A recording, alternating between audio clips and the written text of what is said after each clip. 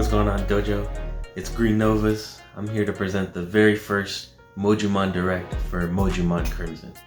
So in this video, I'm going to go over a little of the backstory, some behind the scenes stuff. I'll go over some gameplay, some new mechanics, some new features. We got a whole lot of stuff to cover. So thank you guys for joining me.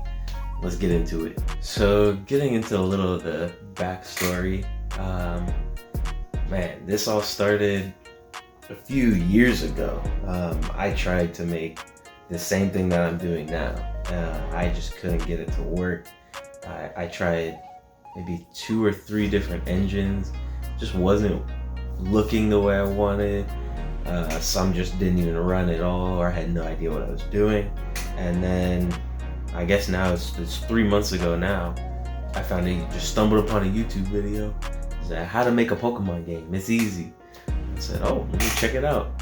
I looked into it, I watched the thing, I was like, huh, maybe I can try this. I just went in, started editing some stuff. It was starting to work. I started sending a couple pictures to, I think it was Cammy and Pushaman, because we were working on a Rapture story at the same time. It was like right in the middle. And then we already had our group chat going. So I just sent them a message like, yo, look at this. And then I'm like, I'm gonna see how far I can go with this. I remember that night, I stayed up for way too late. I was up for hours just putting stuff in. I put the starters, Leofu Serpent Boar, Figme in. I made the first route. I was like, this is a real thing. This is crazy. And then I just started sending stuff to Pushaman. I'm like, we can make this a real game. Like this is real. And that's how it started. I've been just hyper fixated since. I would definitely say I have a passion for creating. I do woodworking as a hobby. I've played music when I was young. I loved making music. I just love creating, turning nothing into something. I love taking an idea and seeing the process and following through, and then actually getting a product at the end. That one of the coolest parts of making this game is literally starting on just a blank canvas and then add some tiles here, a couple Mojumon, some battles, and then everything stacks up and you're like, wow, this is a real game. Every time we make something new and like we make a background or something and it just enhances the look of the game one step up. And I send a picture out to Pushaman and he's like, it's always this, it's pretty much always the same response. It's always, this is a real game. I'm like, yeah, this is a real thing. So yeah, creating stuff is just what I love doing. And this is the most unique project I think I've ever started and seen through. I've never done anything like this. I didn't think that I could make a game. I used to watch Pokemon content, and I see so many ROM hacks. You know, you got like Mojumon, Pokemon Insurgents, like their own storylines. And I'm like, man, I wish I could do this. And that was back, I don't know, 10 years ago when I was watching that kind of stuff. So just getting to where I am now, like actually making a real Pokemon game, you know, a Mojumon game, almost from scratch is wild to me. So just to go over some of the behind the scenes stuff, I think it's cool to share. I started with this Pokemon template. It's called Pokemon Essentials. You'll see it when the game boots up. I leave it in the starting credits. It's basically a template with everything you need to build your own game. It's got like the starting battle mechanics, route mechanics, tiles for maps, that kind of stuff. So what the process is, I always start with building the map first. So I'll take the map, I'll take one that's already there, I'll just take it apart completely. I'll get in Photoshop, I'll take a whole grid, and they're huge, really just long files. And I'll just take apart, I'll just pick out each tile that I want, I'll change some colors, I'll draw over some things, I'll completely make a new tile from scratch if I have to. And I'll piece it together until I'm like, yeah, I think that would fit for a map. Or I'll even find other creators have made their own, and they're gonna be in the credits at the end of the game that they have for open access. I'll use those, I'll edit them how I need to, the same exact way. And I'll build maps that way. So it started out in Fernix City, was a template of Celadon City from Pokemon. So like for example, I took that, I changed the colors to purple and red, added some Dojo type themes to it, and then just put it all together, added some lava, gave it that demon feel, and then yeah, it's history. The process is really cool to see, because so in Fernix City was made like 2 months ago now, and I'm about to go back and change the whole thing. The standards change as you go, and it's really cool. The Hidden Nugget Village, I just completely revamped that. Before it was like this long map with waterfalls and everything, and then maybe a month passed, then it was good, and then I went back and I looked at it and I was like, this just doesn't hit the same way, you know? So I said, this needs a little redo. So I went back, I spruced it up, and it's completely different. That's just been that's the story of this whole thing. Like, I start with a concept and then tweak it a little bit. I say, okay, this is good enough for now.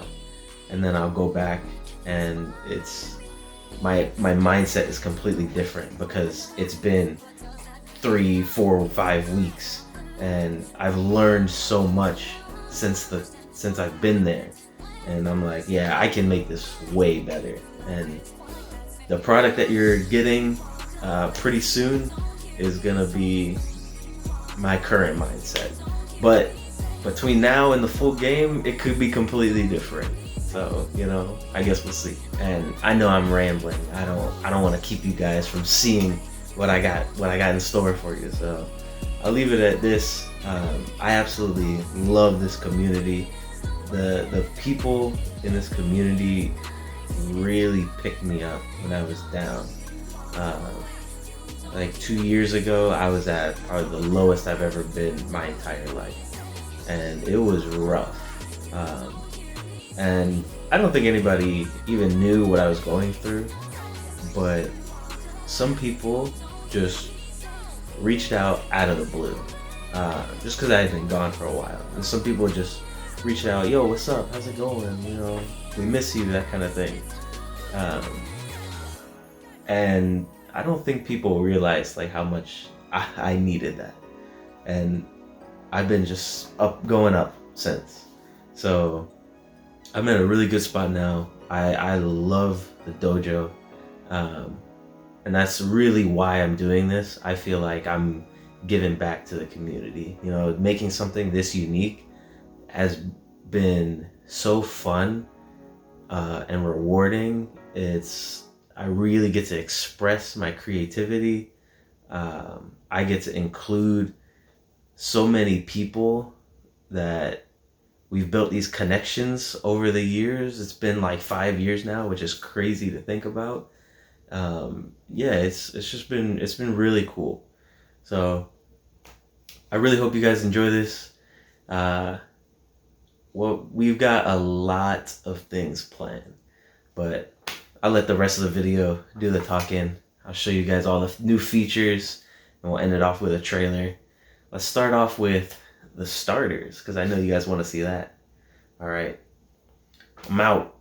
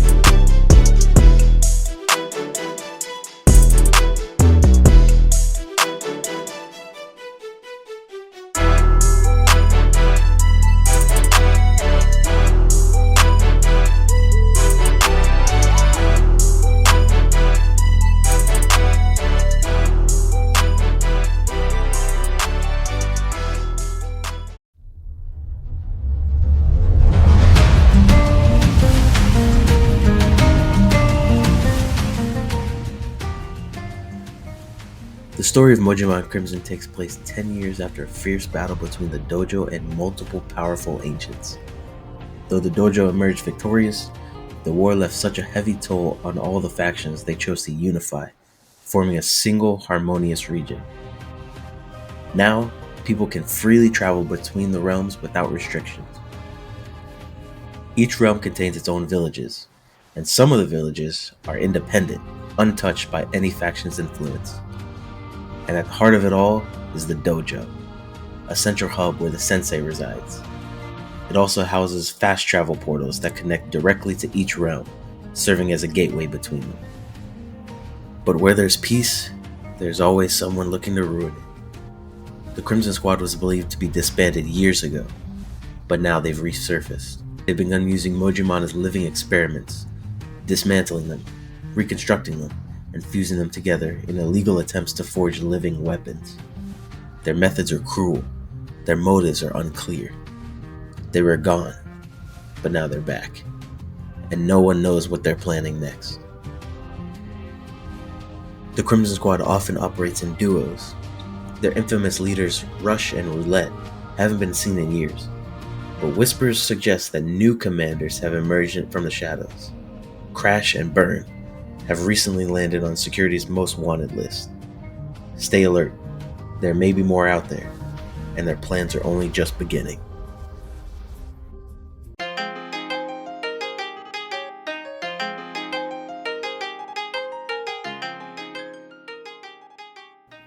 What's good, everyone, and thanks for tuning in to the Mojumon Crimson Direct. We're incredibly excited about the game and can't wait to finally release the early access version to the Warriors. I'm Pushaman, and I get to talk about some of the cool changes and updates that we made in terms of the game mechanics, like implementing an improved Mojukon, overhauling the UI, and more. And I also get to talk about some of the characters and NPCs in the game and kind of go into the inspiration behind some of the warriors and where they are now. So, without further ado, let's get into it. So first things first, let's talk about the game mechanics. Mojumon Crimson can go up to the Gen 8 version of Pokemon, so if you're familiar with those games, this will feel the same in terms of the moves, but the typings and of course the Mojumon themselves bring that new fresh challenge. I will issue a warning though. If you try to play this like a carbon copy of Pokemon, you will lose. We've made it to where the Wild Mojus and the Tamers and the Shoguns are no pushover, and I think you felt that in the alpha already. Speaking of the alpha, I gotta admit, man, releasing that and having y'all play and provide feedback was not only refreshing to see something that we work on come to life, but it really helped shape what we wanted to implement into the game. From giving the game a faster time clock, to more information in the Mojukon, and like I mentioned before, like the whole entire UI overhaul we did, we wanted to make sure that we provided more tools and more guidance to not only help some of the newcomers to just Pokemon or any type of ROM hack, but also some of the veterans as well.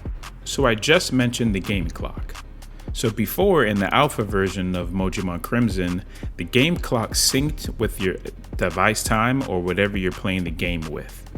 We like that, but with certain Mojumon coming out depending on whether it's dawn, day, dusk, or night, and if some players can only play at night, that means you miss out on some of the other Mojus that could potentially help you out in your journey. To fix that, we adjusted the game clock to cycle through the day in-game faster so players can see all the Mojumon in their playthroughs. And we've added a pretty neat feature where the backgrounds, when you're in battles, will change depending on the time of day. This was something that Novas really wanted to add to give another visual cue to the time and also make the game feel more alive. And the questions that I always ask is, what is this going to do to the timeline? Nothing. Okay, great, add it in. Now, let's get into one of the updates that we implemented that I am most excited about, and that is the UI overhaul with the all new icons and type graphics. To give a little insight on what sparked all of this without spoiling too much, Novus came up with an idea to make the Void's mansion more unique. The problem was that the UI was not intuitive enough and really made things in the battle screen clunky and just not aesthetically pleasing. After doing some research and trying out a few things, and after a few iterations, the new battle UI was created. Then we wanted to take it a step further and provide more insight for the moves you're doing so you can be in the battles and formulate some game plans when going against some of the tougher tamers. So when you're in battle, the first thing you'll notice is the name and the HP bar is a lot simpler and cleaner and should still be easy to read. When you're ready to use a move to attack, we take it another step further and added an info screen that will provide insight into your Moju and your opponent. If they have an attack boost, the circles will be filled. If they have a debuff, for example, like how Leer reduces defense, you'll see the negative in that screen as well.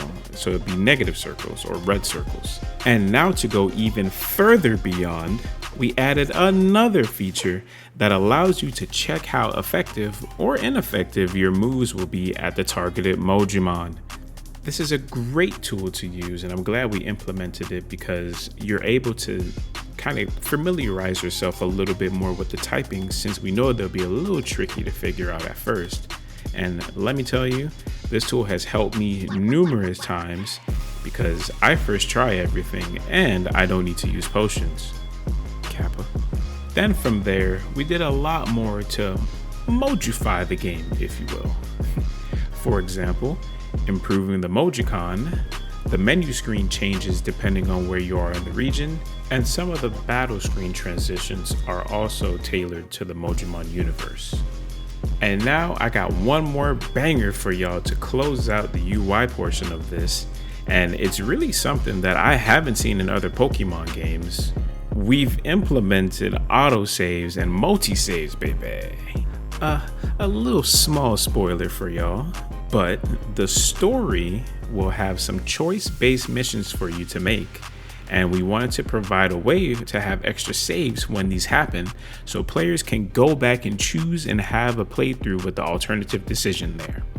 We also wanted to provide multi-saves so when the players want to use the different starters, they can do so right away.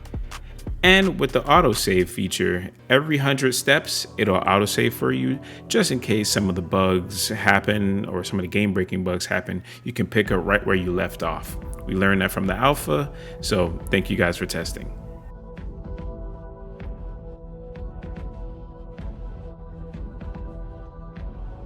Before I continue on, I just want to say it's been great to be able to work on something like this and continue to give back to the dojo. This community is truly a special place, and I'm glad to be able to actually sew back into the community that accepted me. A lot of places you can't really do that. And so this final section I'll be talking about is kind of that tribute to the warriors in the dojo and their impact, not only in the Rapture, but overall in the community as well. So if you remember a while back, we asked you guys to fill out a survey of what your role would be in the Mojo universe and what your party pack will look like. To be honest, we really expected everyone to say, yeah, I'm gonna be a Shogun, but y'all didn't, and it was a pretty good mix of responses. So much so that everyone who filled out that form basically received their first choice. To quickly go through some examples, for CJ, of course, he's the sensei man. When the story is complete and fully revealed in the game, CJ would definitely play an integral part in beating Crimson Squad and helping you, the main tamer, train to new heights.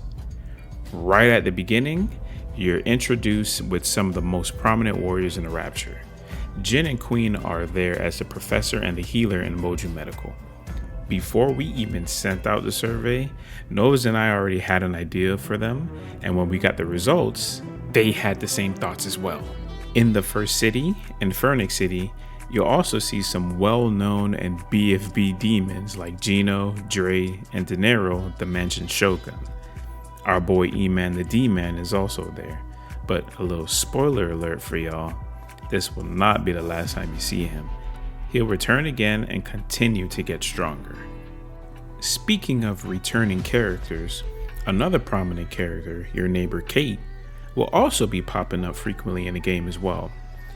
Just make sure to pay attention to some of her dialogue when the time comes. As you progress through the game, you'll meet more prominent warriors like Hollywood K and her own community, the Hidden Nugget Village, Bird, Night Scream, Nine, Cell, the Hail Marys, Ryu, and so much more as you go through. Also, as you progress through the realms and the region and defeat some key warriors, you'll unlock outfits in the closet so you can rep a faction of your choosing. Again, man, it has been a blast working on this game.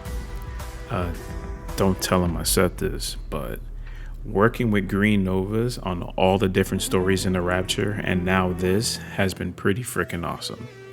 When we talk and come up with ideas, he's really the one that comes up with the most unique creations, and I just add on to it and it spirals into what we deliver at the end. And it's kind of crazy to think how all of this started because I KO'd him and ended his undefeated streak when the tracker update released in the Rapture. Would have never thought this would have happened, but here we are. Thanks again, everyone, for tuning in to the Mojumon Crimson Direct. We hope you enjoyed it, and I'm happy to say the early access version will be available. Wait for it.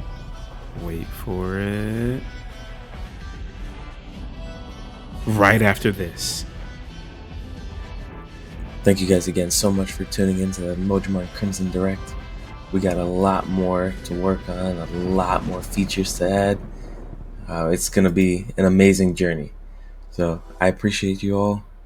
And I think I got one more thing to show you, but don't ask any questions because we're not answering them for this one.